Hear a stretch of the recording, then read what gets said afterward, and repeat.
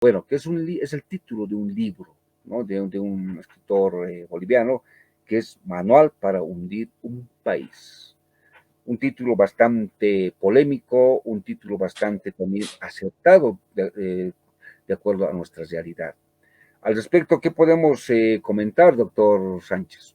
Bueno, se trata del libro de Israel Mérida, un periodista boliviano que de reconocido prestigio, colega de ustedes, que ha publicado este libro y lo hemos invitado para que lo presente en el Inter-American Institute for Democracy. El manual para hundir un país se refiere a la Bolivia del 2019 al 2020, cuando Evo Morales hizo fraude electoral el 2020, llevó adelante todo ese proceso que produjo la resistencia civil de Bolivia por 21 días. Evo Morales renunció, escapó a la zona del trópico de Cochabamba y después escapó a México con ayuda del gobierno mexicano y de gente en Bolivia. Se puso en marcha un gobierno que tenía que ser de transición, pero que no hizo transición, sino más bien continuismo. Y el relato del libro de Israel Mérida son esos meses hasta que se produce la elección del 2020, con otro fraude electoral colosal y con una oposición funcional totalmente comprometida. Y él divide en capítulos su libro, capítulos que abarcan primero el tema del fraude electoral del 2019, después la renuncia del dictador, su huida, el gobierno que tuvo que ser de transición, y Yanine Áñez como presidenta, sus ministros, la cantidad de ministros que se cambiaron en ese periodo. Y todo es un relato de prensa. Son documentos de la prensa boliviana y de la prensa internacional, organizados cronológicamente por temas muy bien trabajados, que muestran la historia de cómo Bolivia fue traicionada y en lugar de recuperar su democracia fue llevada a reinstalar en pleno la dictadura. Esa documentación muestra cómo se mantuvo el tema de la impunidad, cómo se mantuvo la corrupción, cómo gente entró y salió del gobierno y cómo finalmente se mantuvo el régimen, porque no se hicieron dos cosas. Para hacer transición primero hay que cesar la estructura jurídica de la dictadura. ¿Eso qué quiere decir? Quiere decir que había que volver a la república poniendo vigente la constitución de 1967, la república, donde está, por ejemplo, prohibido que el presidente en ejercicio sea candidato, donde no hay reelección consecutiva y donde se reconocen los derechos del pueblo y la igualdad de los bolivianos. Al haber mantenido el régimen dictatorial con la impuesta y fraguada constitución del Estado plurinacional, pues lo que hizo el gobierno de la señora Áñez fue dar continuidad a la dictadura, y ahí viene un documento que está publicado en el libro que dice: salió el dictador, cayó el dictador, pero no la dictadura, que es un tema del que hemos hablado muchas veces y que es un tema que yo sostuve en ese momento y sostuve siempre. El segundo elemento para cesar una dictadura es que no se puede coexistir con la impunidad. La dictadura es la violación del Estado de Derecho, la violación de los derechos humanos. Está caracterizada por la alta corrupción, con encubrimiento desde las esferas del Estado, la concentración de poderes, y en el caso de Bolivia y de las dictaduras del socialismo del siglo XXI, por el narcoestado. Entonces, al haber permitido que todos los funcionarios importantes del régimen de Evo Morales tengan salvoconductos, salgan del país impunemente, y que el propio Evo Morales sea trasladado con un avión de la Fuerza Aérea Mexicana, del Ejército Mexicano, al que le consigue la autorización Jorge Quiroga, que prácticamente cogobernaba en ese momento. Y todo eso está documentado en el libro porque son instrumentos de publicación a través de los medios de comunicación. Entonces, al haber permitido eso, absoluta impunidad, Evo escapa a México, de México va a Cuba, de Cuba a la Argentina, y desde la Argentina, con todo el castrochavismo de la región y de las Américas, conspiran desestabilizan el gobierno. En medio de eso viene la famosa llamada de Evo Morales para incendiar y bloquear el país y la paz, las masacres de Sencata, la masacre de Sacaba, y todo eso documentado, que es un instrumento histórico importante ahora de difusión internacional, que muestra, entre otras cosas, dos elementos que hoy día son del diario vivir en Bolivia. Primero, que Arce Catacora ha llegado a la presidencia con un fraude colosal, consentido, aprobado y cómplice con la oposición funcional, o sea, con los candidatos que fueron candidatos de oposición a la presidencia en ese momento, que cometieron el primer crimen de no unirse para derrotar a la dictadura. Crimen alentado por la propia Yanine Áñez, manejado por Mesa, por Quiroga, por Camacho, por Doria Medina y por todo el grupo de gente que cuando se sabe el día de la elección que estaba ganando Arce Catacora, se apresuran a reconocerle un triunfo sin revisar nada, habiendo faltado inclusive a mandar delegados de mesa electoral para evitar el fraude. Ese es el primer tema. Y el segundo tema es que cómo el crimen organizado desde el poder puede hacer lo que está haciendo el régimen en Bolivia hoy día, y es señalar que una renuncia por fraude electoral con crímenes infraganti se ha convertido en golpe de Estado.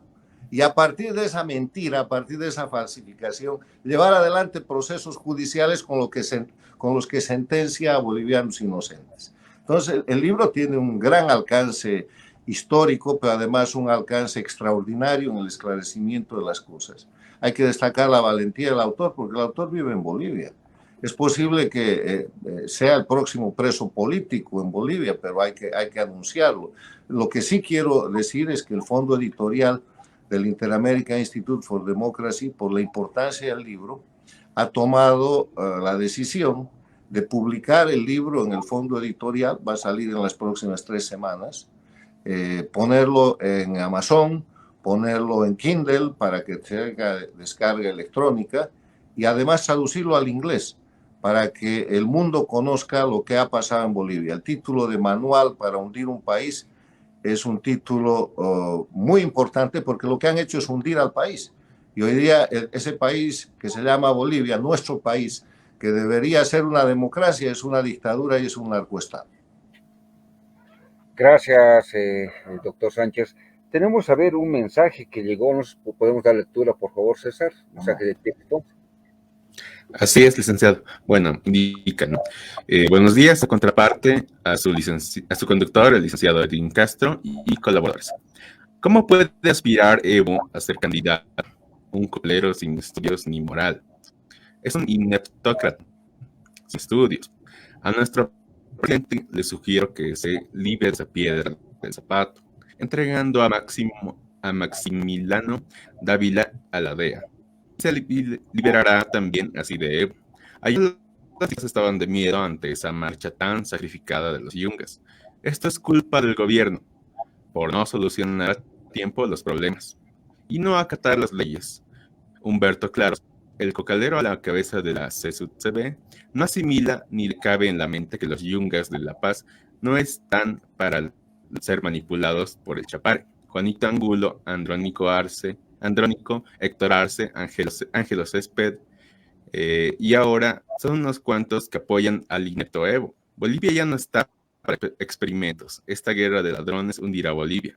Los chilenos saben leer y están más informados de la teoría de género y colectivos que dividirán a Chile con su nueva constitución. Y gracias a Dios no le dijeron no al retrógrado socialismo. Es el mensaje de Omar Lescano. Gracias, Omar Lescano, por su mensaje. Doctor Sánchez, al respecto, ¿qué podríamos decir también de este mensaje que llega, que tiene una observación de lo que está pasando ahora? Y cuando también vemos por ejemplo, una declaración que hubo en el transcurso de esta semana del ministro de Justicia, Iván Lima, donde indica, por ejemplo, 3 puntos muy importantes. ¿Y por qué doy a colación esto, no? Por ejemplo, Lima observa, por ejemplo, las incoherencias de la gestión de Evo, la justicia, la protección a los indígenas y la reelección. Es decir, tanto la investigación de Israel Mérida como también usted dentro de la fundación, que tiene una fundación referida a la democracia, esos análisis que se hicieron tendrían bastante solidez con respecto a incluso a estas observaciones del ministro de Justicia. ¿Cómo lo Mire, yo ve? lo que le voy a decir es lo siguiente. Estamos hablando de hechos, de prueba, no incondicional. Hay un informe de la OEA que prueba el fraude electoral del 2019.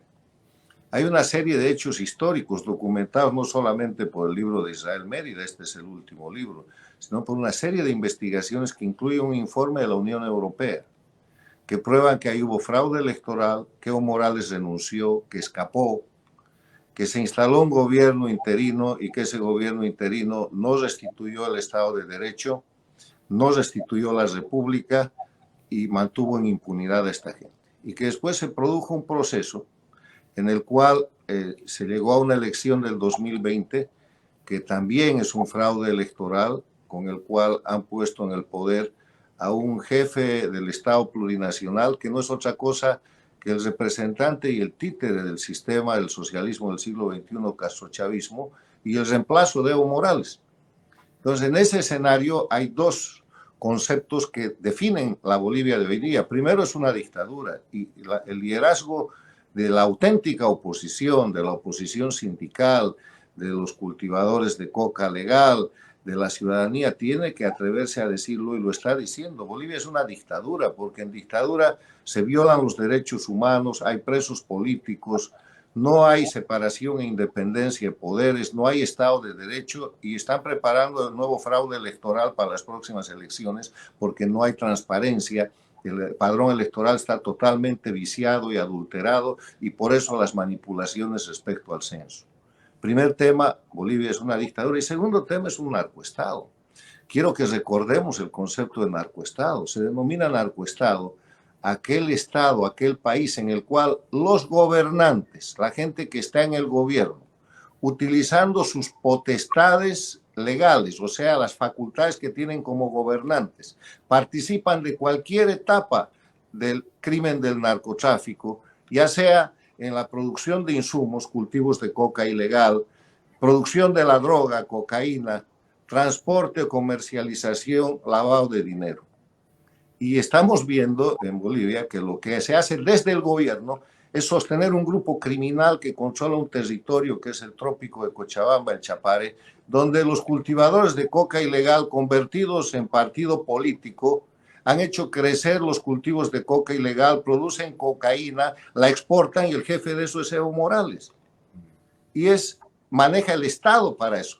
Y como efecto de eso, lo que hace es combatir a los cultivadores de la coca legal de los yungas porque necesita apoderarse de esa legalidad de los cultivos de coca ancestrales de los yungas y por eso no es la primera vez, ataca, masacra, oprime y está en una situación de confrontar y destruir a los cocaleros de la coca legal, que son los que producen la coca para el acullicuo, para las cuestiones medicinales, para los test y para todo lo que es el consumo legal, que debería estar limitado a 12,000 hectáreas, pero que Evo Morales también lo ha ampliado a 20,000 para dar espacio a sus cultivadores de coca ilegal. Entonces, Bolivia es una dictadura y es un narcoestado, y la prueba del narcoestado está en los periódicos de Bolivia. Yo he tuiteado una noticia del Deber, donde hay una avioneta de Bolivia que ha sido capturada en el Paraguay con más de 400 kilos de cocaína. Son dos avionetas, pero una de las avionetas estaba decomisada en poder de la institución del Estado plurinacional que tiene los bienes confiscados al narcotráfico. ¿Cómo es posible que una avioneta en poder del Estado, que ya estaba confiscada por temas de narcotráfico, sea atrapada volando y llevando droga en el Paraguay?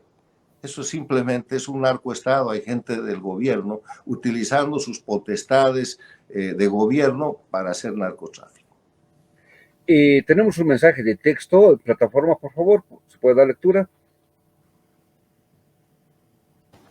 Bueno, Wenceslao Claro dice: quisiera preguntarle al señor Sánchez, ¿quiénes fueron el equipo que arreglaron los textos de la Constitución Plurinacional en una oficina del Parlamento?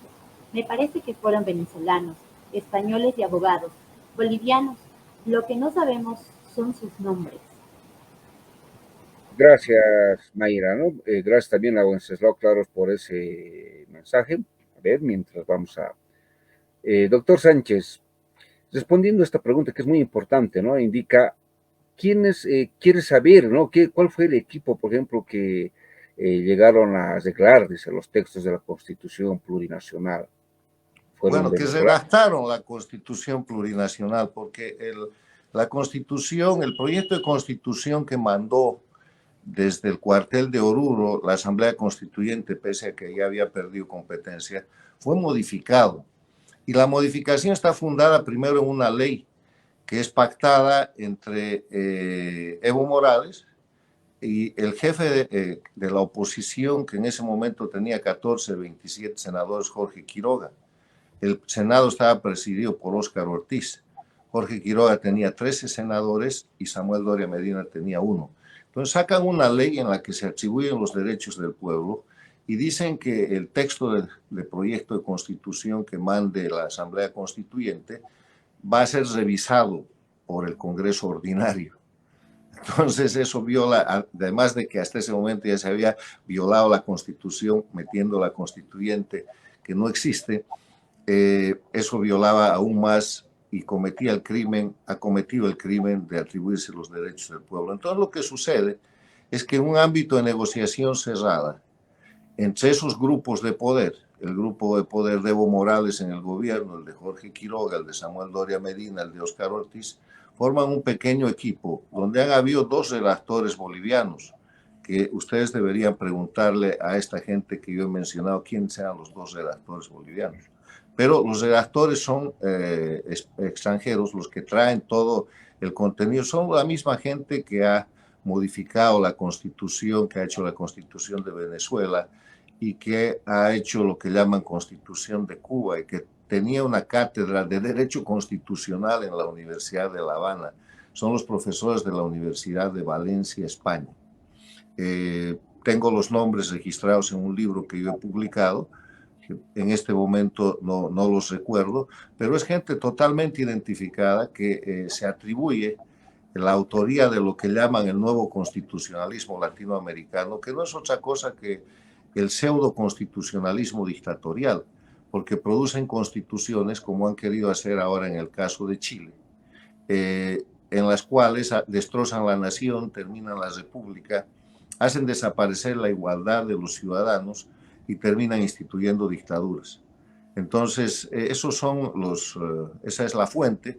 Los nombres están en mi libro Bolivia, la patria está cautiva, que lamentablemente está en mi despacho en este momento, pero se los voy a proporcionar con mucho gusto. Lo que sí les recomiendo es que le pregunten a Evo Morales, a Jorge Quiroga, a Doria Medina y a Óscar Ortiz quiénes eran los comisionados bolivianos en ese comité de redacción, que además de haber producido el texto de lo que hoy día llaman la Constitución del Estado Plurinacional a gusto de Evo Morales para que sea reelegido y copiando todas las instituciones dictatoriales de Cuba y Venezuela, haciendo desaparecer la igualdad jurídica de los bolivianos, haciendo desaparecer el principio de retroactividad de la ley y haciendo desaparecer básicamente el voto universal. Además de eso, hicieron un acuerdo, un documento privado, con la garantía del representante de la OEA en ese momento en La Paz, en el que decía que le daban a Evo Morales la reelección continua por una sola vez.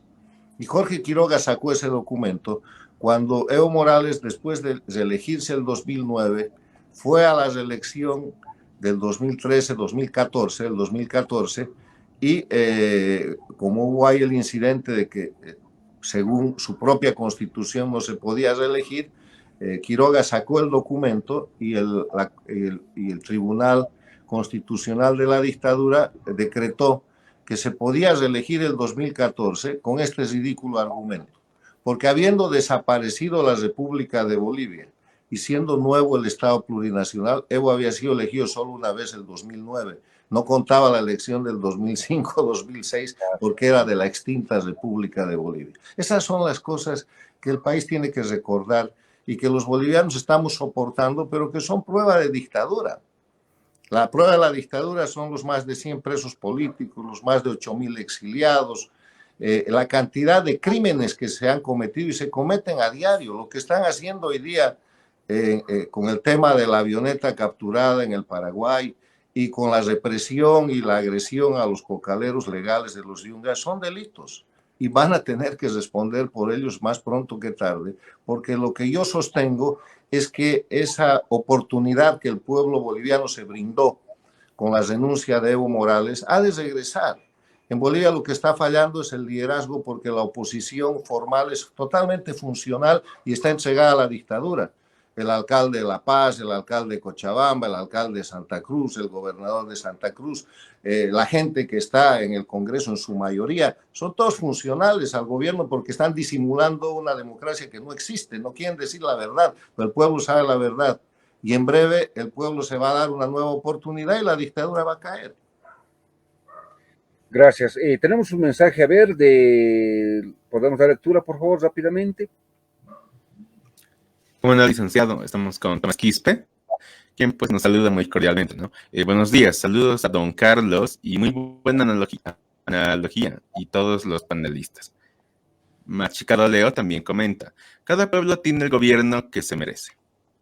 Gracias por los mensajes. Doctor Sánchez, cuando usted da a conocer estos puntos, que lo tengo anotado acá, vemos que el país está en serio riesgo, ¿no? Porque vemos que hay una dictadura, un narcoestado, elecciones fraguadas, las próximas elecciones que van a venir, lo propio. El contexto de nuestra realidad, sabemos muy bien que no es uno de los mejores, pero ¿cómo usted puede analizar el tema de, por ejemplo, de Chile, ¿no? Hemos visto que ha habido una avanzada en el tema de la izquierda, ¿sí? Que ha ido posicionándose, pero el tema de la negación a la constitución de la contendencia ideológica del socialismo del siglo XXI ha puesto un alto. ¿O cómo lo ve esa relación, doctor Sánchez? A ver, mire, para entender esto tenemos que ver el hemisferio, todas las Américas en el siglo XXI. El año 1999 había una sola dictadura, la de Cuba, que estaba en su estado agónico, que se llamaba una situación terminal, llamado el periodo especial. Llegó Chávez a la presidencia de Venezuela y asistió y rescató a Cuba. Entonces, en el siglo XXI, que era el siglo preparado para ser el siglo de la democracia plena, por eso se aprueba la Carta Democrática Interamericana el 11 de septiembre del año 2001 en Lima, Perú. Ese siglo es cambiado porque reactivan el castrismo con todo el dinero y el petróleo que le da Chávez y se forma primero el movimiento bolivariano, después el socialismo del siglo XXI o el castrochavismo, que no es otra cosa que el castrismo regenerado con el dinero de Venezuela. En medio de aquello sucede un acto muy importante, se muere Chávez y Castro se queda de jefe de toda la operación y llega a un momento entre el 2010 y el 2015 en que controlan toda la América Latina. Tenían todos los gobiernos de América Latina bajo control, la Organización de Estados Americanos bajo control con Insulsa, habían controlado el Caribe completo con el Petrocaribe y estaba en una situación en la que el líder indiscutible de un sistema no democrático era la dictadura cubana. Eso genera la confrontación entre dos Américas, una América democrática fundada en la libertad, en el respeto a los derechos humanos, en la propiedad privada, en la libre iniciativa, en la separación e independencia de poderes, en el hecho de que se eligen mandatarios que tienen la obligación de rendir cuentas y cumplir la ley y entregar el poder cuando se les vence el mandato. Esa es la democracia. Versus la América dictatorial en la cual toman el poder, concentran todo el poder, violan los derechos humanos, tienen presos políticos, generan exilio político, crean una estructura en la cual ejercen el poder a través de terrorismo de Estado, se convierten en crimen organizado y detentan el poder indefinidamente porque necesitan impunidad. Esa es la América dictatorial castrochavista, que hoy día está reducida a 4 países, liderada por Cuba, está integrada por Venezuela, Bolivia y Nicaragua, y hay 2 gobiernos paradictatoriales en países democráticos, pero al servicio de las dictaduras, que son la Argentina de Fernández Kirchner y el México de López Obrador. En este proceso de deterioro del castrochavismo que se ha producido a partir del 2015, pierden la OEA, pierden el Brasil, pierden la Argentina con Macri, pierden el Uruguay porque sale Mujica y entra un presidente mucho más democrático. En el Paraguay sale Lugo. Está en una situación en la que de verdad están perdiendo. Toman 3 gobiernos. Toman el gobierno del Perú con Castillo, toman el gobierno de Chile con Boric y acaban de tomar la presidencia de Colombia con Petro. ¿Pero qué les pasa? En el Perú plantean el proyecto copia de Bolivia de la Constitución Plurinacional casochavista y el rechazo es tan grande que hoy día Castillo como presidente es un presidente de lo más frágil, a punto de ser separado del poder o a punto de ser vacado, como llaman en el Perú. El tema no ha avanzado para nada y la característica es ineficiencia y corrupción. En Chile llega Boric y habían puesto en marcha el proceso constituyente a partir de los hechos violentos del año 2019, y le toca a Boric administrar el plebiscito de salida, o sea, la decisión de los chilenos si querían o no querían el proyecto de constitución. El proyecto de constitución era una constitución igual a la de Bolivia, Cuba y Venezuela, donde destrozan la nación chilena y la reemplazan por 11 nacionalidades. En Bolivia han hecho eso en la constitución del Estado plurinacional porque han inventado 36 nacionalidades, confundiendo lo que es el pluriculturalismo para imponer lo que ellos llaman el Estado plurinacional, porque cultura es diferente de nación. En Bolivia hay una sola nación que es la boliviana y tenemos múltiples culturas. La cultura quechua, la aymara, la tupí, la guaraní, la cultura europea, la cultura afroamericana, porque tenemos negros también en Bolivia, ¿no?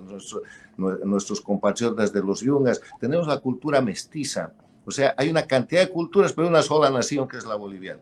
A los chilenos les estaban haciendo lo mismo y, entre otras cosas, les estaban liquidando la justicia como unidad, cosa que han hecho en Bolivia, estaban liquidando el voto universal y bueno, y el pueblo de Chile ha ido a votar y por el 62% ha dicho que no. Y ese es un freno muy grande al avance, no de la izquierda, al avance del castrochavismo dictatorial de la región, de este proyecto liderado por Cuba que controla a Venezuela, Bolivia y Nicaragua. Y el efecto de Chile va a ser muy grande porque gracias al resultado de Chile del pasado domingo, los bolivianos, los peruanos, los colombianos, los argentinos, todos los latinoamericanos y todos los americanos se han dado cuenta del contenido criminal de los cambios que quieren hacer a las constituciones en América Latina y que ya los han hecho en Bolivia, en Venezuela y en Nicaragua. Y eso lleva adelante una situación muy importante. Pone en el escenario a las dictaduras que están en crisis. Cuba está con una crisis humanitaria donde todo el mundo se quiere ir, no hay luz, no hay comida. Venezuela está en una crisis humanitaria donde 7 millones de venezolanos ya han salido de Venezuela. Bolivia va por ese camino. Bolivia está llegando a una crisis económica casi terminal, que será terminal el próximo año porque se han gastado todo el dinero. No tienen con qué pagar. El momento de bonanza que generó el proceso de capitalización y los precios de los commodities que le tocaron a Evo Morales a partir del 2006 se lo han farreado. Bolivia hoy día tiene una deuda externa que nunca tuvo en la historia y no tiene con qué pagar. Está convertida en un narcoestado y es un país intervenido, porque en Bolivia no manda el gobierno boliviano, mandan los cubanos y mandan los venezolanos y mandan los narcos. Y eso hay que decirlo. La gente que hace oposición tiene que sincerarse o tiene que dejar de hacer política en Bolivia. No pueden seguir siendo funcionales a la dictadura, diciendo mentiras que el pueblo ya no cree, porque la realidad que siente el pueblo boliviano es totalmente diferente. Gracias. Doctor Sánchez, ya para despedirnos, cuánto no hubiéramos querido alargar esta interesante entrevista, pero sabemos que usted tiene una agenda apretada, más bien gracias por darnos espacio. Hay un mensaje que llegó de Tomás Quispe, que indica lo siguiente: ¿cómo puede que un país tan rico esté en la pobreza? Don Carlos, ¿qué hacemos ahora antes que estemos como Venezuela, Argentina y otros países? Si los opositores son funcionarios a los delincuentes azules, o sea, ¿serían también traidores? Por favor. Hay que retornar a la república y a la democracia en resistencia civil. lo que están haciendo los cultivadores de coca legal de los yungas. Tiene que aparecer el verdadero sindicalismo boliviano, los verdaderos mineros, aquellos dirigentes que no se han vendido y que no son pagados mensual o semanalmente por la dictadura castrochavista de Bolivia. Tienen que aparecer concejales, dirigentes de juntas vecinales, que no estén sometidos a un juicio o una sentencia que les tiene la dictadura y que los mete a la cárcel, como el alcalde de La Paz, el de Cochabamba, el de Santa Cruz o el gobernador de Santa Cruz y otras autoridades que se dicen de oposición y que están agarrados de la parte donde más duele, porque el rato que dejan de hacer lo que el gobierno les dice, que es primero reconocer una democracia que no existe, van presos. Entonces, esa es una situación de complicidad, la oposición funciona en una situación de complicidad, pero Bolivia va a salir de esto por dos razones. Primero, por el valor del pueblo boliviano. Bolivia siempre ha roto las cadenas cuando se las han tratado de imponer. El último ejemplo ha sido el 2019, los 21 días de resistencia civil. El problema es que los líderes que han manejado ese resultado han traicionado a Bolivia, y de eso se trata el libro del Manual para hundir un país de Israel Mérida.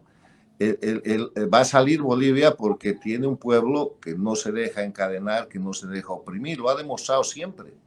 A Bolivia nos mandaron guerrilla cubana y el Che Guevara murió en esa guerrilla, y Bolivia tuvo un gran triunfo como nación y como país. La situación de resistencia civil está creciendo y Bolivia va a rescatar su democracia por la fuerza de su pueblo, pero además hay un segundo elemento.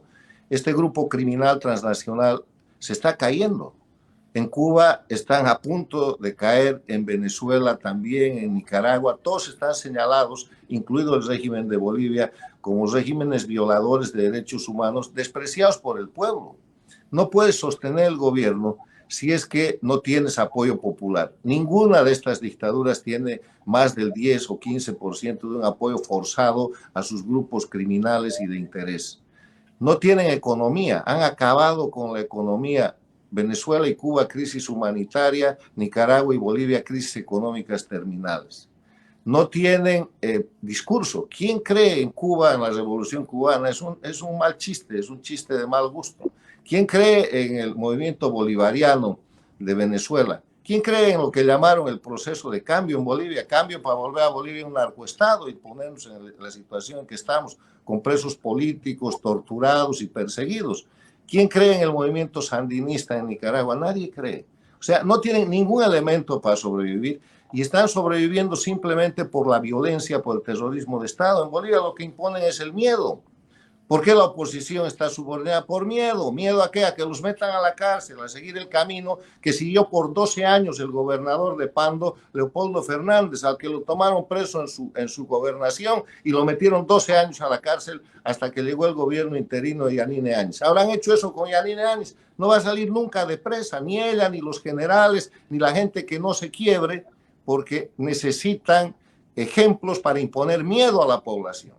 Y ese miedo se ve que funciona con el alcalde de La Paz, con el de Cochabamba, con el de Santa Cruz. ¿Para qué le voy a dar la lista que da vergüenza? Y los únicos que no sienten vergüenza son los que están haciendo oposición funcional. O sea, Bolivia va a salir de la dictadura por la fuerza, por el valor del pueblo boliviano y porque las condiciones internacionales están cambiando dramática y rápidamente.